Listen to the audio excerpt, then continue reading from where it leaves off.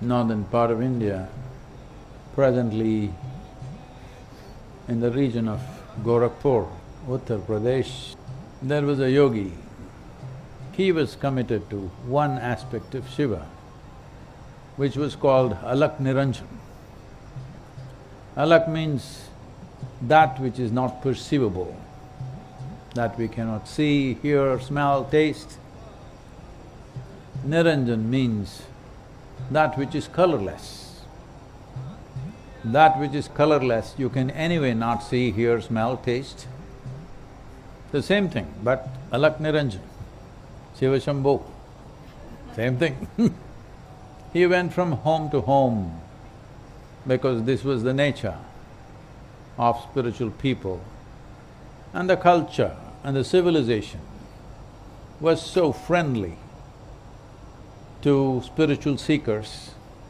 When they see a sannyasi or a mendicant who has dedicated his life to his spiritual process, others who have their own money, who have their own homes, always made sure that they ate, because they are not earning their own living, they don't have a home of their own, they've made the world their home. So when a sannyasi or a mendicant came in front of the house, nobody said no. Whatever they could give, always it was given. And they were never asked for anything more than what they need for that day's nourishment. They didn't take money, they took only food. So he was going from home to home, Alak Niranjan, Alak Niranjan. One day, he came and stood in front of a wealthy home and said, Alak Niranjan. The lady of the house doesn't want to come out by herself. She sent the maid in the house to give him some grain so that he can eat. But she stood behind the door and looked at him. He was a young sadhu with big bright eyes, and she was drawn to him. Next day when he came and said Alak Niranjan, she herself came to give the alms. And she looked at his eyes and she fell into them. Then she went inside the house and felt ashamed. She's a married woman and what am I doing? But his eyes occupied her completely. Next day when he came with the alms, she ran to the door. She looked at his eyes, she gave him the alms and said, I am completely taken by your eyes. I can fall into them and disappear, actually I have already. He said, Alak Niranjan and left. Next day he came again. He said, Alak Niranjan. She came to the door. So he had a plate and he said, yesterday you said, you love my eyes. Here I have brought them. He had plucked his eyeballs out.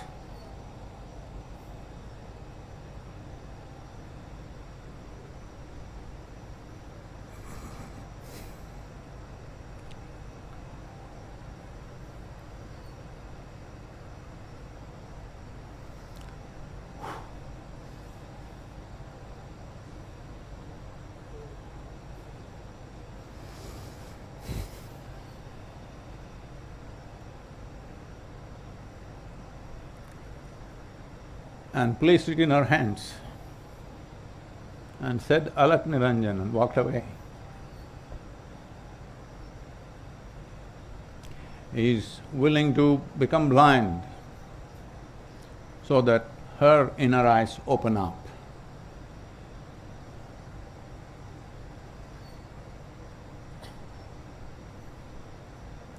These are the yogis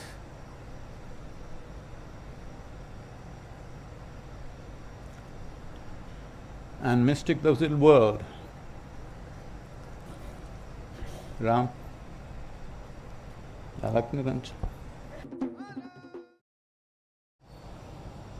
one who has seen the world beyond color, beyond taste, beyond perception of the senses.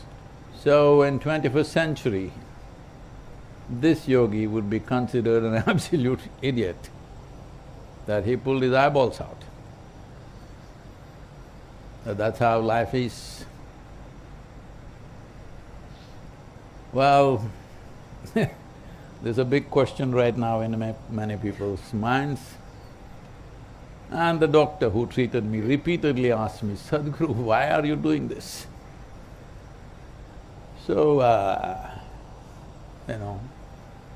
I started having excruciating pain 6 weeks before the surgery. And I know that I have neurological issue. I thought somehow I'll finish my schedule, a few things to do, Mahashivratri and a few commitments in Delhi and Chennai. And then I thought I'd kept 1 month in United States, except for one darshan, I had a free 1 month. I thought I'll fix myself. But all this activity, Mahashivratri, first bleed happened 6 weeks ago. Mahashivratri gave a second bleed. Then I went to Chennai and back and then went to Delhi. 15th evening I had a commitment. The doctor did an MRI and he said, no way you can do this. Then I said, it's a private event, I will do it. He said, okay, but the next day's event, 16th event is a public event, you cannot do this. Because the median, the central median between the two lobes had moved 8 millimeters off. 12 is fatal. I said, no, I have to do it. So I did that event, it was a 45-minute event. By the end of 45 minutes, my left leg was beginning to act funny. So I came out and had an MRI. So it said it's moved 11.5 millimeters. Doctor said, this is crazy. Shall I do this, shall I do that? I said, doctor, I've crossed all lines, do whatever you want. I went straight in and they did a surgery and here I am. Day before yesterday, he called me and asked many questions about my faculties and cognition. I said, everything is okay. He said, this is extraordinary, this recovery in a matter of 4 weeks. Well, when I saw my left leg is behaving funny, I knew it could be fatal, of course, that is easy. But you could have left side paralysis, which is a common thing, or you could lose your voice, or you could lose your vision. I was little not okay with vision loss. Then a month ago, this German girl came to the ashram who has been born blind. And she's learned Indian music and Indian chants and she sings wonderfully well. And I thought about her, this girl is blind from birth and she's so joyful. I thought maybe it'll be okay.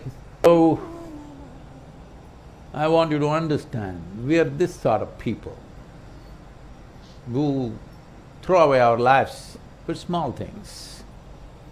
I've done that many times, but this time it became very public. Otherwise, many times it's happened, for little things I've thrown away my life. It's yo-yoed back to me. 4 weeks ago, look at me, sitting in Bali. It's back. Because somebody, my partner doesn't want me dead yet.